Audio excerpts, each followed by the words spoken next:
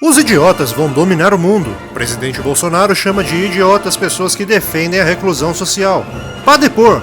Pazuello depõe na CPI do Covid em 2 dias. O Brasil está com a estrela e cutucando atrás. Lula e FHC se encontram em São Paulo. Em Brasília, 19 horas. Eu sou Leandro Cirilo e está no ar a Rouquidão do Brasil, um programa de humor sobre as notícias do governo federal que movimentaram o país na última semana. Se inscreva no canal para não perder nenhuma notícia.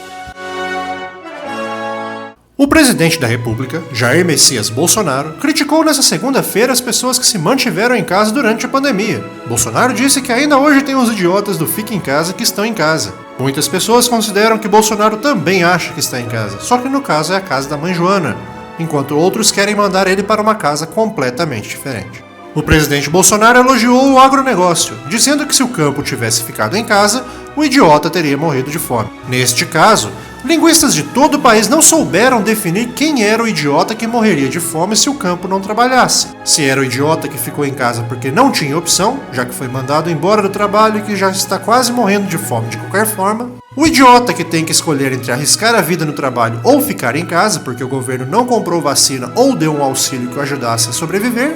Ou o idiota que come uma picanha de R$ 1.400 o quilo que o agronegócio produziu, enquanto defende o fim da mamata com o dinheiro público.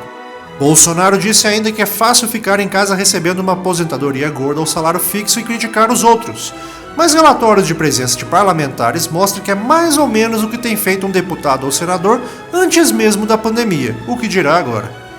Jair Bolsonaro ainda disse sobre o seu estado de saúde que é imorrível, imbrochável e incomível.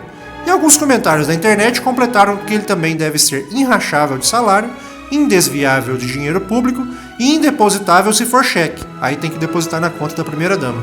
Opositores concordam com a afirmação do presidente, dizendo que de fato ele é imorrível porque vaso ruim não quebra, imbrochável porque ele está ferrando o Brasil há anos com um tesão sem igual e incomível porque ninguém consegue engolir ele por ter uma acidez característica das laranjas. Curiosamente, a declaração do presidente da República chamando parte da população de idiota acontece no dia 17, e jornalistas já aguardam um pronunciamento do Lula apontando a corrupção do governo Bolsonaro no dia 13. O general e ex-ministro Eduardo Pazuello finalmente depôs na CPI da Covid. Pazuello foi o ministro da Saúde que mais durou no cargo, ficando por mais de 2 tweets no mandato. Lembrando que tweet virou a nova unidade de medida de tempo do governo, já que são muitos falando muita besteira no intervalo de tempo bem pequeno. Eduardo Pazuello afirmou que não seguia a posição do presidente Jair Bolsonaro quando postava algo no Twitter e que não recebia ordens diretas do presidente para nada, e comprovou isso usando uma gravata usada pelo Lula no depoimento contra a Lava Jato. Entretanto, um vídeo do ano passado mostra o ex-ministro Pazuello ao lado do presidente Jair Bolsonaro dizendo: "Aqui é assim, um manda e o outro obedece", o que basicamente mostra que o ex-ministro está agindo como marido quando tem uma esposa muito brava e mandona, negando que ela manda quando os outros perguntam, mas do lado dela fica mansinho. O general Pazuello disse ainda que respondeu sim às tentativas de negociação da farmacêutica Pfizer para a aquisição das vacinas contra o coronavírus. Entretanto, outros testemunhos dizem o contrário, como o de Fábio Van Garten e o do presidente da Pfizer. Como Pazuello sequer conhecia o SUS quando entrou para o Ministério da Saúde, é possível acreditar que ele sequer saiba o que é uma carta e tenha respondido só as mensagens de bom dia das tias no WhatsApp. Além disso, integrantes do Ministério da Saúde, na época liderado por Eduardo Pazuello, viajaram a Manaus para divulgar a cloroquina poucos dias antes do colapso da saúde no estado devido à falta de oxigênio. Basicamente, enquanto as pessoas morriam pela falta de ar comprimido, o Ministério da Saúde queria praticamente jogar comprimidos no ar, recomendando a todos que usassem o medicamento que, assim como o Pazuello, é completamente ineficaz contra a Covid-19. No segundo dia, Eduardo Pazuello volta a mostrar que tem treinado sua pontaria, porque sempre que alguém atirava uma pergunta em sua direção, o general tirava o dele da reta. O ex-ministro também fora questionado sobre o Tratikov, um aplicativo de celular desenvolvido pelo governo que visava agilizar a consulta e tratamento contra a Covid-19. Eduardo Pazuello disse que o aplicativo nunca havia sido colocado em aplicação e que um hacker havia alterado o programa antes mesmo de ser lançado o aplicativo. O hacker aparentemente foi capaz de acessar o aplicativo, lançá-lo, fazer um programa na TV Brasil divulgando o aplicativo com direito a testemunho de médico e intérprete de Libras, traduzindo o que era falado. Agora diversas pessoas esperam que esse hacker consiga também trazer a TV Globinho de volta à programação da Globo. Alguns tiozões do WhatsApp já estão fazendo também um abaixo-assinado para que esse hacker acesse o site da Receita Federal para não declararmos o imposto de renda esse ano. Especialistas em segurança digital acreditam que a suposta invasão do hacker tenha acontecido quando membros do Ministério da Saúde clicaram em links maliciosos, achando ser créditos para jogar com a vida dos pacientes. Programadores analisaram o código-fonte e viram que o aplicativo recomendava o uso de hidroxicloroquina contra o coronavírus em todos os casos e para todos os pacientes. Eduardo Pazuello disse que a plataforma não havia sido lançada oficialmente, mas sim como um simulador. Fica claro então que nesse jogo de simulação projetado pelo governo, onde se joga há mais de um ano com o povo brasileiro, as moedas que valiam pontos era a cloroquina. Os jogadores do governo não estão preocupados em quantas vidas vão perder para passar de fase, desde que o chefão não seja derrotado pelo fantasma que usa foice e martelo. E o povo assiste as jogadas em uma live em que não adianta se inscrever nem comentar ou discutir, porque no fim das contas, mais de 400 mil pessoas já tiveram seu game over e o governo continua fazendo seu speedrun.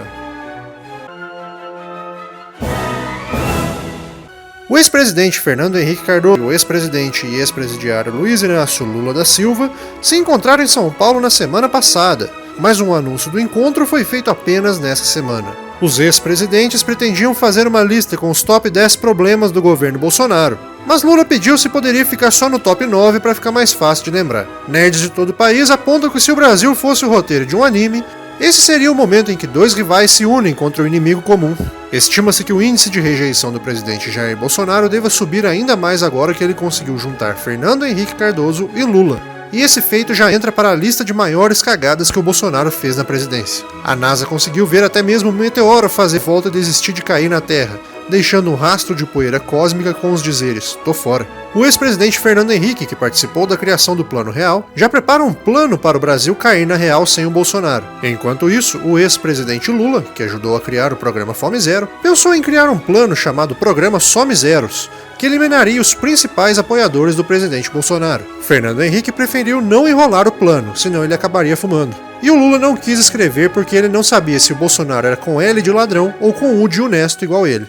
Fernando Henrique postou ainda em suas redes sociais afirmando que apoiará um candidato do PSDB, mas que de qualquer forma apoiaria qualquer um contrário ao presidente Bolsonaro no segundo turno, incluindo Lula.